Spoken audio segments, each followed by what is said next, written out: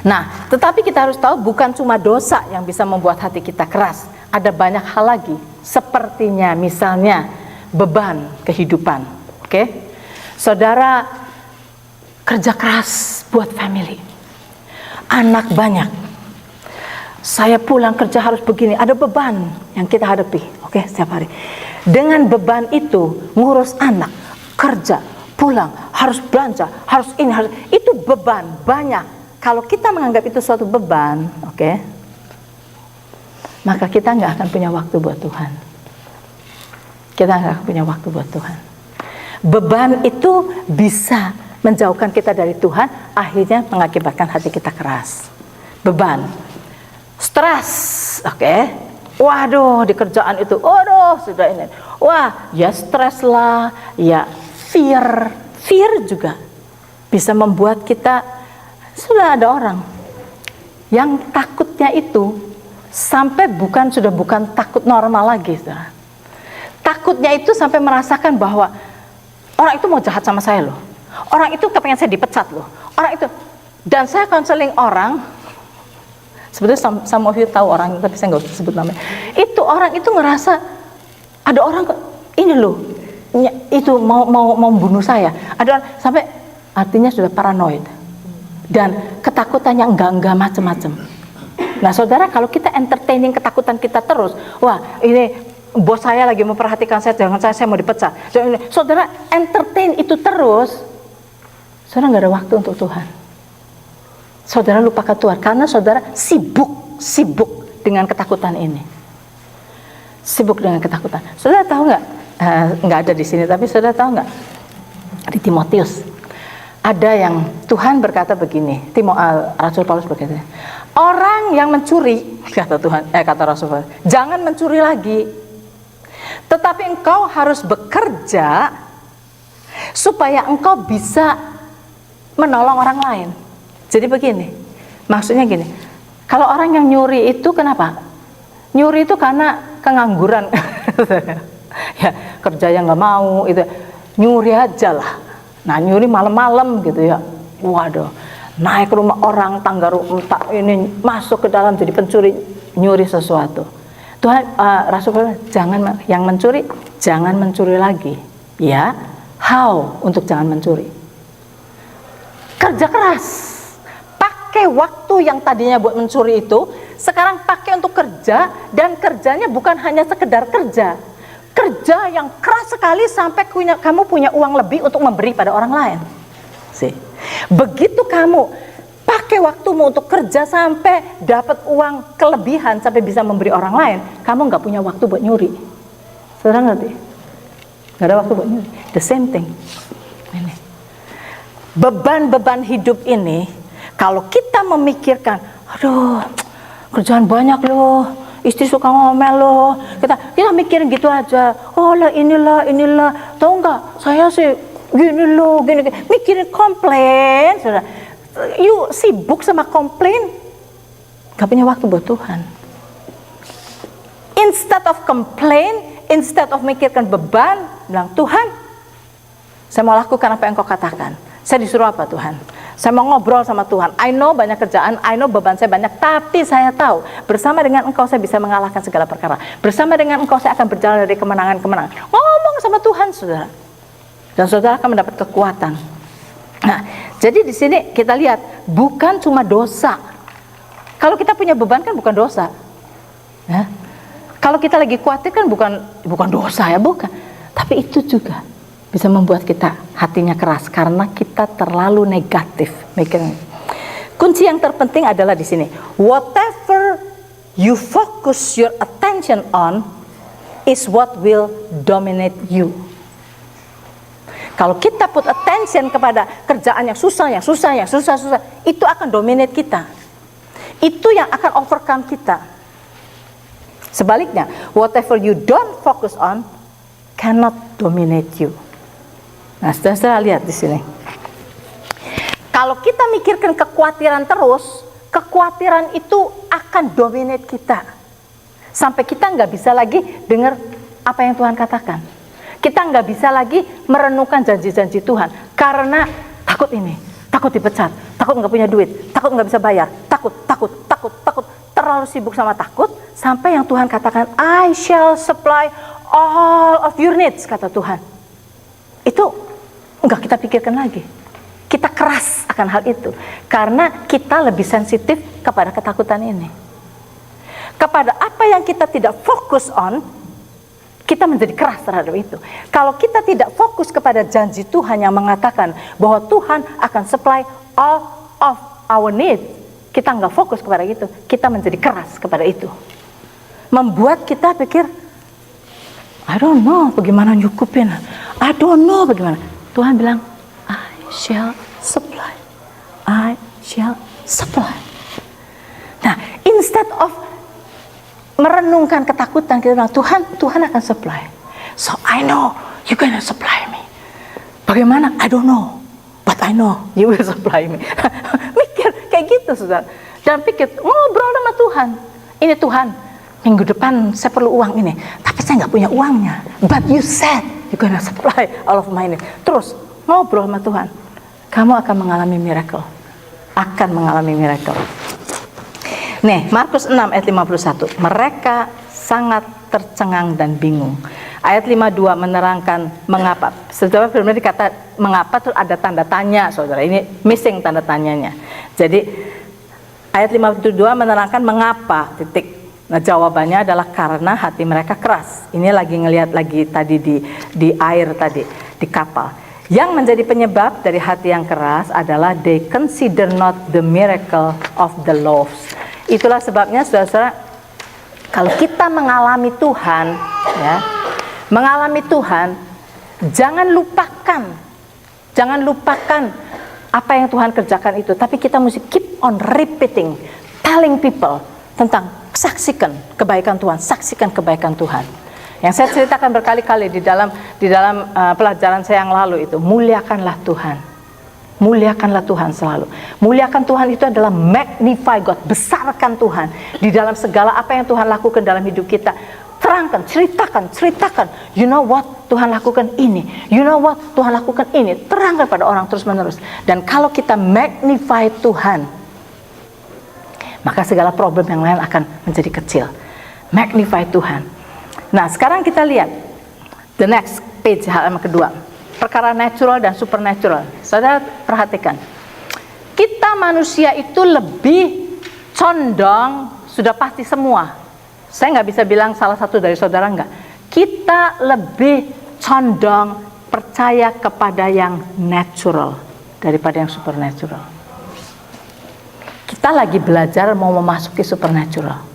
Karena yang natural itu dominate kita. Nah, saudara lihat.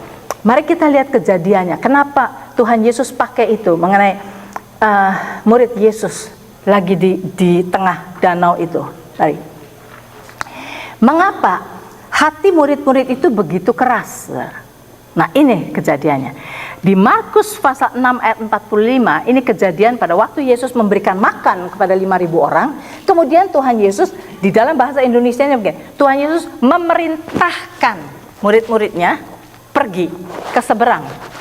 Tuhan gitu memerintah. Tetapi, nah kalau kita lihat firman Tuhan, lihat dari terjemahan. Di dalam satu terjemahan itu adalah yang tepat katanya di sini.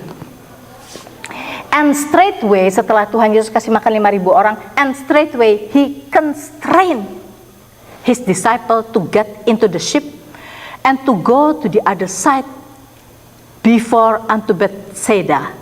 While he sent away his people. Jadi gini, setelah selesai orang-orang makan, Tuhan Yesus constrain them untuk pergi. Nah, perkataan constrain itu, saudara, ada unsur memaksakan mereka. Perkataan constrain itu, jadi Tuhan memaksakan, kamu pergi. Dan ada resisten daripada murid-muridnya, enggak mau.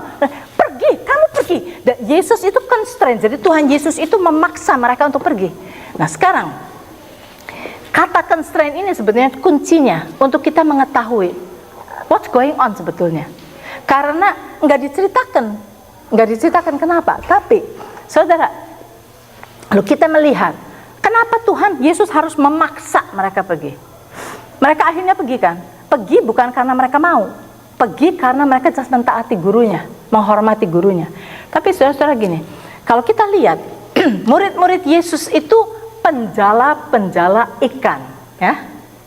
Dia itu expertnya berlayar. Dan seorang penjala, kalau yang sudah berpuluh-puluh tahun menjala ikan, dia itu mengerti mengenai weather. Saya tahu di sini di Amerika ini ada tempat perkebunan apa gitu, sehingga di desa itu semua orang itu kerja di perkebunan situ. Nah, ada seorang hamba Tuhan jadi pendeta di gereja situ, di dekat perkebunan situ. Ini jemaahnya itu petani-petani. Satu hari mereka akan adakan piknik. Sih suka hilang namanya. Mereka ngadain piknik gitu sore itu ya, siang itu. Nah, sudah di arrange semua. Pagi-pagi udara cerah bagus. Ada seorang petani datang. Kita mesti batalkan katanya. Kenapa? Bakal hujan besar. Yang benar. Itu lihat, gak ada awan, gak terang benar. Mereka bilang akan hujan benar, akan hujan besar. Saudara, benar. Jam 12 tuh mulai gelap-gelap, hujan besar. Saudara, mereka petani-petani itu yang kerja di luar, di udara terbuka terus-terusan. Dia tahu weather, dia kenal weather. Nah, ini murid-murid Yesus ini mengenal weather, tahu. Jadi pada waktu disuruh oleh Yesus untuk go ke seberang, mereka nggak mau. Mereka tahu akan ada badai. Mereka tahu akan ada badai. Soalnya itu mereka nggak mau.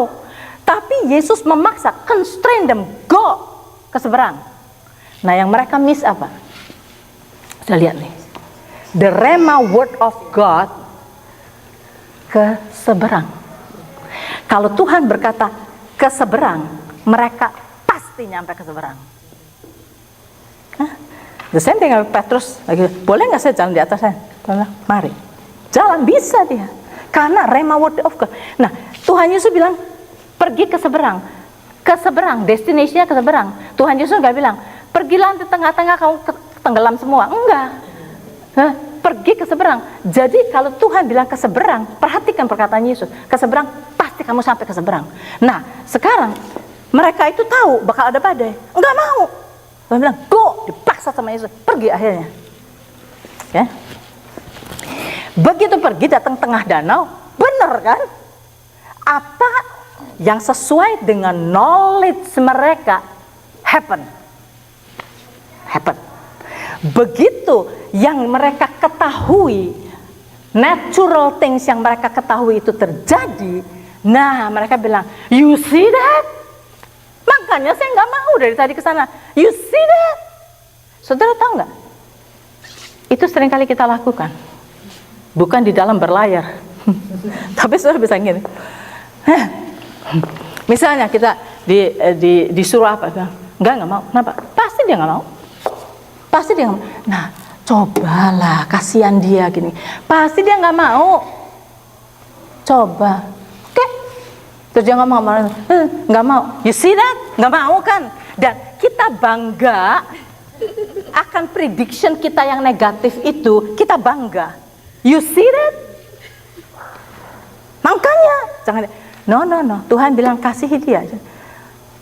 Enggak bakal mau. Nah, saudara, jadi kita ini sering gini, selalu predict something yang negatif karena sesuai sama memang kebiasaannya terjadi begitu. Dan karena kita sudah predict yang negatif dan terjadi, nah itu confirming cara kita berpikir itu betul. Nah, saudara, inilah yang akan create unbelief di dalam diri kita. Saudara sekarang mau doakan orang sakit ya. Kalau kita mau kayak tadi, Tuhan, saudara dikasih kuasa. Iya. Tapi orang iya sih. Iya, kata Tuhan saya dikasih kuasa ya. Tapi benar tak? Saya doakan orang sembuh tak? Benar tak? Kita tuh ragu-ragu. Tapi oke dah, saya mau obedient. Begitu saudara tuh dengan ragu-ragu, doakan di dalam nama Yesus gini, kita udah doakan gitu. Terus udah nggak mau even tanya. Kalau orangnya nggak sembuh bagaimana? Nggak mau tanya gitu kan, takut, kita kan sudah takut dulu. Terusnya udah jauh dari jauh itu sembuh nggak ya sembuh? Nah, udah bagaimana kamu? Masih itu sakit? You see that? You see that? Nah, karena itu mengeraskan kita. Saudara, kalau you see that masih sakit, saudara nggak tahu saudara di sini nggak lagi saya undang itu orang-orang maju ke depan, bukan kali ini, yang lalu. Saya bilang, kalau saudara nggak ngelihat kesembuhan right away, jangan give up. Kesembuhan tidak selalu terjadi straight, right, instantly. Bisa setelah itu. Saudara tahu, yang lalu cuma saya nggak ini aja. Yang lalu itu orang-orang maju. Saya tahu ada orang dari Michigan, berapa orang datang, maju ke depan. Anaknya dia sembuh. Pada waktu didoakan dia nggak sembuh, tapi sembuh. Saya tahu sih, Hani maju. Hani bilang dia waktu itu menerima kesembuhan. Ada lagi my sister-in-law maju, dia mengalami kesembuhan. Saudara tahu, pada saat dia pergi dari sini sampai ke sana masih belum sembuh. Dia waktu itu kenapa?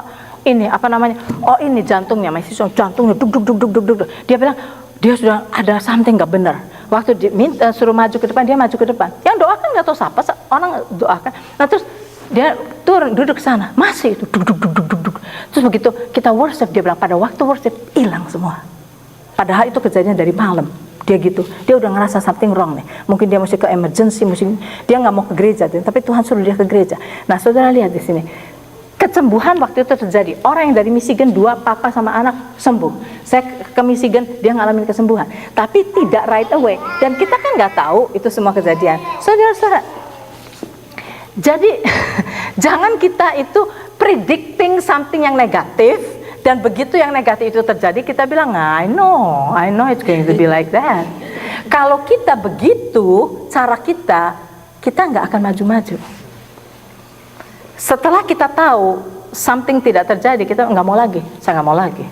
Oh, ini benar nggak sembuh. Kalau mati bagaimana? Kita ngeliatnya udah yang lebih negatif lagi kan? Nah itu, no.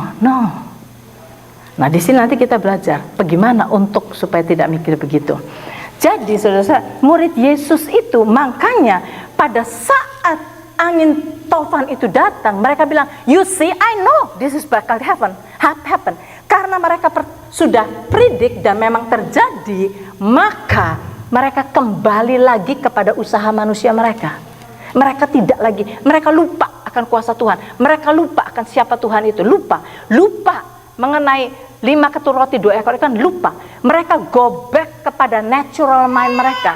Bagaimana caranya mereka mati-matian buangin air itu, mereka mati-matian untuk survive dengan kekuatan mereka sendiri. Sebagaimana biasanya pada waktu mereka nggak punya Tuhan Yesus, itu yang mereka lakukan. Pada waktu terjadi gitu, mereka akan mati-matian bergerak dengan kekuatannya sendiri untuk menyelamatkan diri sendiri. Tapi kalau mereka itu consider, memikirkan bahwa gurunya itu adalah orang yang luar biasa. Tadi dia bisa membuat 5 ketur roti untuk dimakan sama 10.000 orang. There must be something dengan dia. Maka kalau dia memikirkan Yesus, dia considering Yesus, considering apa yang dia lakukan, maka pada saat dia ada di tengah-tengah danau dan mereka tahu mereka bakal mati dengan air itu, mereka bilang, Lord, kirimkan Yesus ke sini untuk nolong kita. Tapi mereka tidak mencari Yesus. Because mereka consider, mereka go back lagi kepada usaha mereka lagi. Dengan kekuatan mereka sendiri. Nah itulah saudara, cara hidup kita manusia. Saya mau membawa saudara-saudara untuk ngalamin.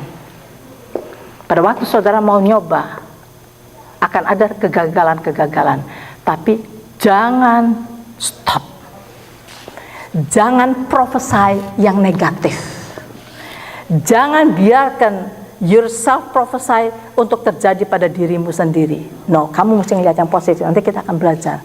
Pelajaran ini saudara akan lebih dalam. Nah, jadi saudara di sini tadi saya lihat di sini. Di dalam gereja memang ada orang-orang yang hidup rebellion, ada yang orang yang memang rebel di dalam gereja. Ya, firman Tuhan dia cuekin aja, enggak ini. Tetapi sebagian yang terbesar adalah orang yang benar-benar mau hidup benar. Makanya mereka datang ke gereja, mereka mau datang belajar firman Tuhan karena mereka mau benar-benar hatinya mau belajar. Itu orang yang benar. Tetapi kalau kita mau jujur, kebanyakan kita tidak mempunyai confidence in our ability to overcome Satan in the area of sickness and diseases. Ya kan? Kalau saudara suruh doakan orang sakit, kalau sekarang saudara suruh ke hospital, doakan orang sakit, kira-kira gimana? Jujur, ada yang mau ngomong nggak? Kalau enggak, saya ngomong terus saudara tidur. Dulu saya bawa chip pedes. Semua orang lagi ngantuk-ngantuk tak kasih chip pedes. Sekarang sorry aja, saya belum bikin, next time tak bikinin chip pedes. Jadi saudara akan lihat kita, kebanyakan kita nggak punya confidence kalau kita suruh doakan orang sakit, kan? Iya atau iya? Akulah ngomong something, jadi saya tahu. Jadi kita tahu. Saya akan ngelihat, saya looking forward. My imagination, saudara, saya lagi menerangkan mengenai imagination ke Michigan, mengenai imagination. Kalau saudara belajar mengenai imagination, ada yang terima nggak kasetnya? Ada yang terima nggak videonya mengenai ini? Saudara dengerin itu, saya kasih, memang sudah berapa? Steve 8 session kalau nggak salah, 8 session. Kalau saudara mau mengenai imagination, powerful, saudara. Saya kalau biarpun ngelihat gereja ini, saya tahu banyak orang yang masih nggak percaya kalau ngomong mengenai kuasa, banyak orang yang nggak percaya. Tapi saya imagine, saudara semua akan dipakai Tuhan. Saya imagine, saudara-saudara, ada visi yang Tuhan tunjukkan pada saya. Tuhan tunjukkan pada saya berapa belas tahun yang lalu, belum terjadi, tapi saya percaya akan terjadi. Orang-orang akan berduyun-duyun datang dari sana. Orang-orang akan berduyun-duyun datang dari sana, dari bus berjalan di sidewalk. Pada waktu saya dapat visi itu, saya ngomong, saya lihat loh visi, orang-orang jalan di sidewalk ke sini. Pas Tujo ketawa, nggak ada sidewalk, dia bilang kayak gitu. Memang nggak ada sidewalk, ternyata nggak ada sidewalk. Saya nggak tahu nggak ada sidewalk, nggak ada di sini, nggak ada sidewalk. Dia bilang, oh ya nggak tahu, saya ngeliat orang jalan di sidewalk. You know, berapa bulan kemudian dibikin sidewalk. Saudara sekarang lihat ada sidewalk, Waktu saya lihat itu nggak ada sidewalk. Saya bilang orang jalan di sidewalk, berduyun-duyun ke sini. Saudara, saya mau beriman. Saya punya imagination. You are going to be used by God to do miracle. Yang amin cuma si Melanie, amin. Cuma beraninya amin. Dan amin, saudara. Ya, percaya, saudara akan dipakai. Saya udah capek ngeliat gereja cuma gini-gini aja. So ayo bangun. God is going to do great things melalui kita semua. Nah, di sini saya kasih huruf besar, what you consider is what you get.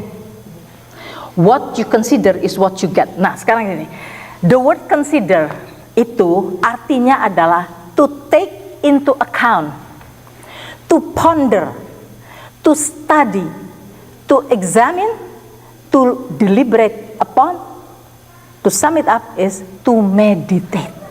Jadi yang kita digest, kita renungkan, kita pikirkan, oh ya begitu, but how? Ini, and then bagaimana? Kejadiannya bagaimana? Iya, seperti Tuhan membagi, Tuhan Yesus, tahu nggak Tuhan Yesus bilangnya gini, go, heal the sick, raise the dead. Tuhan nggak bilang gini, doakan orang-orang sakit. Enggak, Tuhan nggak pernah bilang doakan orang-orang sakit loh. Heal the sick. Siapa yang heal? Kita yang heal the sick. Kita mesti ngerti ayat itu, saudara. Heal the sick, raise the dead. Saudara tahu nggak? Saya belum nyampe situ imannya, tapi saya pernah di depan orang mati. Saya doa terus, Tuhan, should I raise him? Nah, tapi pada waktu saya itu Tuhan bilang raise the dead. Terus mulai pikiran saya, otak saya jalan. Tapi memangnya Tuhan kepengen dia bangun atau enggak? Siapa tahu maunya Tuhan mati. Tapi enggak loh. Itu orangnya masih umur 40. Saya bilang, ini di Alkitab bilang bahwa umur manusia itu 70. Jadi berarti bukan kehendak Tuhan dia mati. Oke, di sini saya perang. Jadi should I do it atau enggak? Kemudian di otak saya ini iblis, saya tahu iblis. Lihat, ini cuma keluarganya, saya tahu cuma keluarganya ada di situ. Tapi saya bilang, itu ada 2 orang dari funeral itu, orang hitam 2 di situ berdiri, kayak Algojo 2 di situ, gede gitu. Saya bilang, you know, kalau saya coba raise ini orang, terus orangnya nggak bangun, ya saudara-saudaranya sih appreciate ya, saya udah try gitu kan. Tapi itu 2 itu orang bakal ketawain saya gitu. Saya jadi Ini pikiran, nah ini ada fighting di dalam kepalamu yang menyebabkan unbelief. Finally, I didn't do it. Saya nggak punya guts untuk melakukan gitu. Padahal sih ruginya apa? Ruginya malu. Terus ruginya malu. Kalau yang nggak bangun, malu kan? Tapi siapa tahu bangun. Saya di dalam hal itu saya belum punya iman, saya belum nyampe situ. Tapi saudara, itu saya di situ. Saya bilang Tuhan bilang raise the dead. Tuhan bilang raise the dead. Saya mau speak itu, but and then terus itu banyak unbelief datang ke saya. Jadi, nanti saudara belajar, iman itu bukan perkara besar kecilnya, perkara pure atau tidak pure. Kalau iman kita plus unbelief, go nowhere. Tuhan berkata bahwa kalau kamu meminta, itu yang Tuhan bilang hikmat di dalam Yakobus. Kalau kamu kurang hikmat, minta hikmat. Tapi kalau kamu minta, jangan bimbang. Kalau kamu bimbang, kamu tidak dapat apa-apa. Nah, saya tahu pada saat itu saya bimbang, iya enggak, saya bimbang. Jadi saya bilang, udahlah daripada malu, lebih baik saya enggak lakukan. Dan saya kepengen, padahal itu Reinhard ada di sini. Reinhard, sekarang itu Reinhard mungkin udah pulang. Tapi Reinhard ada di sini. Reinhard itu berapa minggu sebelumnya saya dengerin Reinhard, dia bilang, dia bilang, saya lagi itu pernah disuruh sama Tuhan untuk membangkitkan orang mati. Terus dia saya begitu mertuanya mati di Meksiko, orang Meksiko kalau mertuanya mati. Tuh waktu itu dia bilang, Tuhan tuh suruh saya raise her up gitu, udah tua tapi. Nah, terus dia doa, speak itu, nggak bangun, nggak bangkit orang. Tapi dia bilang gini, saya nggak give up. Tuhan suruh saya raise the dead. So, kata Reinhard, kalau ada orang mati di sini, call me. Nah, pada waktu saya di situ, saya lagi mikir panggil Reinhard atau bagaimana? Panggil Reinhard, tapi udah jelas pikiran saya tuh bimbang ke kanan ke kiri. Saya nggak berani. Saya belum nyampe ke situ, saya belum berani terus terang. Dan saya nggak berani melakukan apa-apa pada waktu itu. Saya tahu kalau kita bimbang percuma anyway. Tapi saya bilang kita itu mesti berani memikirkan, considering the word of God yang berkata heal the sick, and then later on kita akan nyampe kepada raise the dead. Nah, so heal the sick. Jadi saya coba renungkan, kalau Tuhan suruh saya heal the sick, artinya apa Tuhan? Artinya saya suruh datang kepada orang sakit dan saya tumpangin tangan pada orang sakit. And then what's going to happen? Nah, saudara, nanti kita belajar bagaimana Smith Wigglesworth, belajar bagaimana John G. Lake, belajar bagaimana, apa rahasianya mereka gitu. Jadi kita jangan cuma put it away, pass it, not for me, that's for Smith Wigglesworth, that's for Catherine Kuhlman. No, for kita. Ini firman buat kita semua. Nah, jadi what you spend your time considering is what will dominate you. Nothing can happen to you unless you bukan deceive. Conceive itu salah cetakannya, sorry. Ganti saudara. Nothing can happen to you unless you conceive it in your thought life. You cannot sin unless you think sin. Saudara tahu? You cannot sin unless you think sin. Saudara tahu nggak? Saudara tahu kalau ada orang commit adultery. Saudara tahu orang commit adultery itu nggak tiba-tiba saya kepengen commit, enggak. Saudara tahu dia mesti conceive dulu di dalam pikirannya. Dia conceive. Mula-mula dia tertarik sama orang itu. Begitu tertarik, dia mulai mikirin kayak apa ya kalau saya hidup sama itu orang. Pikirin dulu. Kemudian bagaimana ya caranya dekat sama dia? Dipikirin. Kemudian mungkin saya ajakin dia pergi. Nah, kemudian planning. Kapan kira-kiranya orang itu mau pergi sama saya? Kapan waktu off-nya dia? Itu ada planning, saudara. Planning, terus itu dari satu tertarik sama orang itu sampai akhirnya meditate, akhirnya keluar satu rencana. Oke. Saya coba tanya dia. Ada planning. Kamu tidak akan berdosa kalau kamu tidak pernah conceive dosa itu di dalam kamu. That's why Tuhan berkata, take heed what you hear, what you see. Kamu hati-hati. Kamu harus in control of your mind. Kalau your mind sudah mulai memikirkan yang salah, in the name of Jesus, kasih tahu.